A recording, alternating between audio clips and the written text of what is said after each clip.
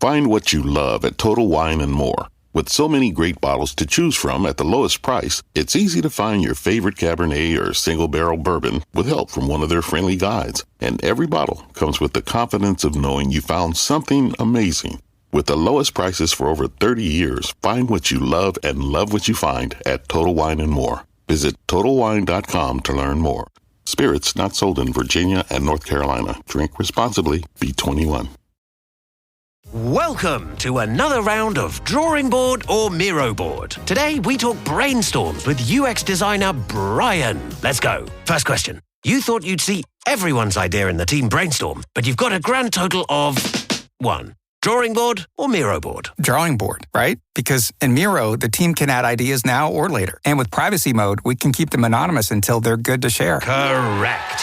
Next, you need the best way to explain your idea, but all you have is a few sticky notes. Drawing board or Miro board? Drawing board, because, in Miro, I could record videos, add text, images, links, and digital sticky notes, of course, present my thoughts the way I want. Right again. Now, you're looking for a past idea you thought was just genius. Only you could find... Oh, there it is. Drawing board or... Miro. All our finished and unfinished work lives in one place. And he's won. Join over 60 million people getting ideas noticed in Miro brainstorms. Get your first 3 boards for free at Miro.com. That's Miro.com. Greetings, everyone, and welcome to America in Focus, powered by the Center Square. I'm Dan McCaleb, Chief Content Officer of Franklin News Foundation, publisher of the Center Square Newswire service. We are recording this on Friday, June 14th. A jury in Delaware State Court convicted President Joe Biden's son, Hunter Biden, of lying about abusing drugs when purchasing a firearm. Hunter Biden's conviction comes less than 2 weeks after a New York City jury convicted former President Donald Trump of falsifying business documents to cover up hush money payments to former porn star Stormy Daniels. Joining me to discuss this is Casey Harper, the Center Square's Washington, D.C. Bureau Chief. Casey, illicit drug use, illegal gun purchases, payoffs to porn stars, and it's still only June. We still have 5 months until the presidential election. Who knows what else can happen between now and then? I thought you were describing your college days, but keep going. Seriously, though, tell us about the jury's verdict in the Hunter Biden case and what it could mean in the bigger picture. I mean, there's no understating that this is a monumental update in this race. It's, it is June, not October. Of course, this has been a long time coming in many respects. Hunter Biden has been sort of up to no good, you might say, for a long time, and those chickens have finally come home to roost. I'm not convinced that this is going to be a devastating political blow for President Joe Biden. Of course, he's having his own struggles against former President Donald Trump in the general election already. But of course, it's not a good look when your own son is convicted, for gun and crack cocaine related charges. And then, so I think, but it's more than canceled out by Trump's own legal problems, which we've detailed, on different times at the Center Square and on this podcast. I'll just say that my reading of the poll so far is that it hasn't been a death blow to either of them, but it's just another layer in what's already a very dramatic and complicated race. Casey, under the Biden administration, particularly Biden's Justice Department, there have been significant concerns among Republicans that there's a 2-tier justice system.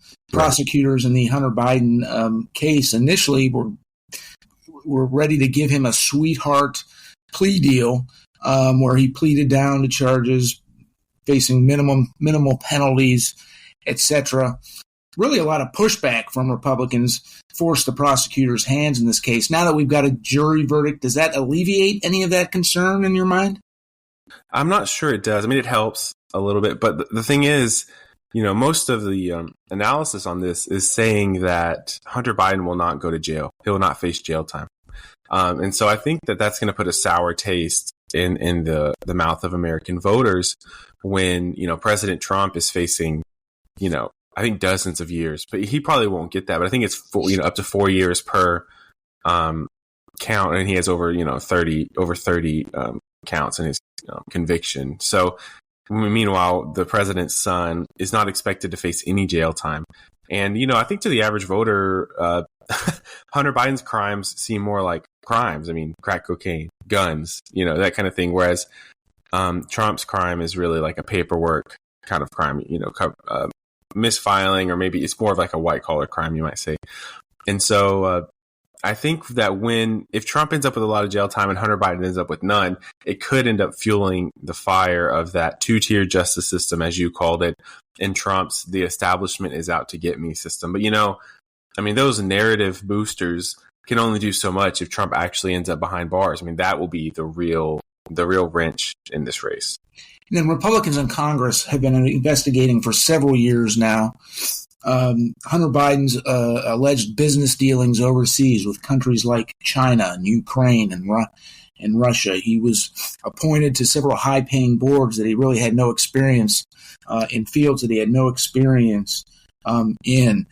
Republicans in Congress have uncovered all kinds of paper trails that tie payments to the Biden family, including Hunter Biden, some of which ended up in the president's own bank account. You think this conviction is going to fuel those investigations, or does it change them at all? Maybe not. I don't know. What are your thoughts?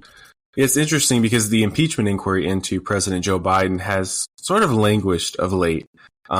Earlier this year and late last year, House Oversight Committee Chair James Comer of Kentucky was releasing, piece of evidence after piece of evidence. He was claiming, more than 20 shell companies hid all this money that was transferred. It was maybe over, something like $25 million that was taken from entities in countries like Ukraine, countries like China, and others. And of course, those are very important nations. And Ukraine has become increasingly important and raised concerns about, corruption and what are the motivations for us in Ukraine. But, there's countries all over the world allegedly funneling money to this Biden network with the president's brother and son, and the money being, shifted around, and some of it even ending up in the president's pocket. They had copies of checks, over $200,000 that seemingly the president received. Now, he said that was a loan repayment. I don't know. I'm not in that tax bracket, but that's a lot of loan repayments of family members. It's kind of amazing. And so there was a lot of evidence building, and now, we haven't heard much about it. I think that impeachment inquiry has lost steam. I don't think they're ever going to get to that place of actual, impeachment, but it's a bad look for Biden, and it's something that, Trump can use. It's given him a lot of fodder. It adds to the corruption attacks against the president. I don't think that this conviction of the president's son is really going to overlap much. It's just interesting that the president said he won't pardon his own son, which I guess makes sense if his son's not going to go to jail. And of course, Hunter Biden is expected to appeal his conviction. Right, I was going to say that. So there's still plenty of legal process to play out in this case. The fact that the presidential election is in November, depending on what happens there, if the president loses, he faces no political consequences. He can still pardon Hunter, between the end of the presidential election and before he would theoretically leave office if he were to lose to Trump in January. So while he says it now, he would still have an opportunity to pardon Hunter if he so chose. Final words, Casey. Yeah, I think the final word, I think what you said is a good point. The final word here goes back to that idea of, is there a two-tier justice system, and how does that work exactly? I think what we're seeing here is something called prosecutorial discretion. And we're seeing this play out actually in big cities around the country, where prosecutors, both at the city level or at the federal level, have huge power in deciding which crimes to prosecute and which crimes not to prosecute. And that's, some of these more liberal prosecutors in these big cities are not prosecuting certain crimes, and they saw a large increase in those crimes as a result. And I think you're seeing that same thing play out here. Prosecutors have a ton of discretion on dropping charges, pursuing charges, what charges to go after and what to ignore.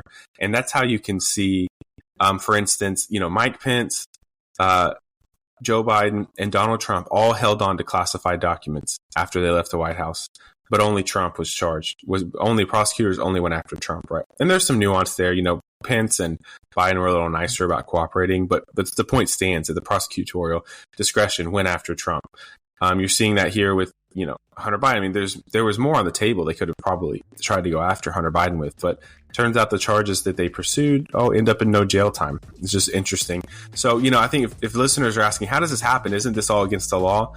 My advice is to look at the prosecutors. What are the prosecutors pursuing, and what are they ignoring when it comes time to file these charges?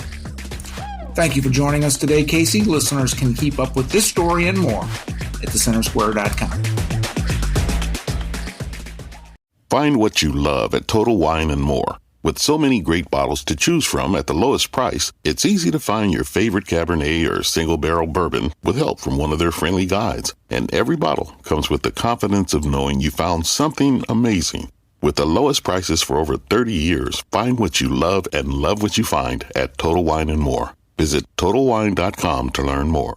Spirits not sold in Virginia and North Carolina. Drink responsibly. Be 21.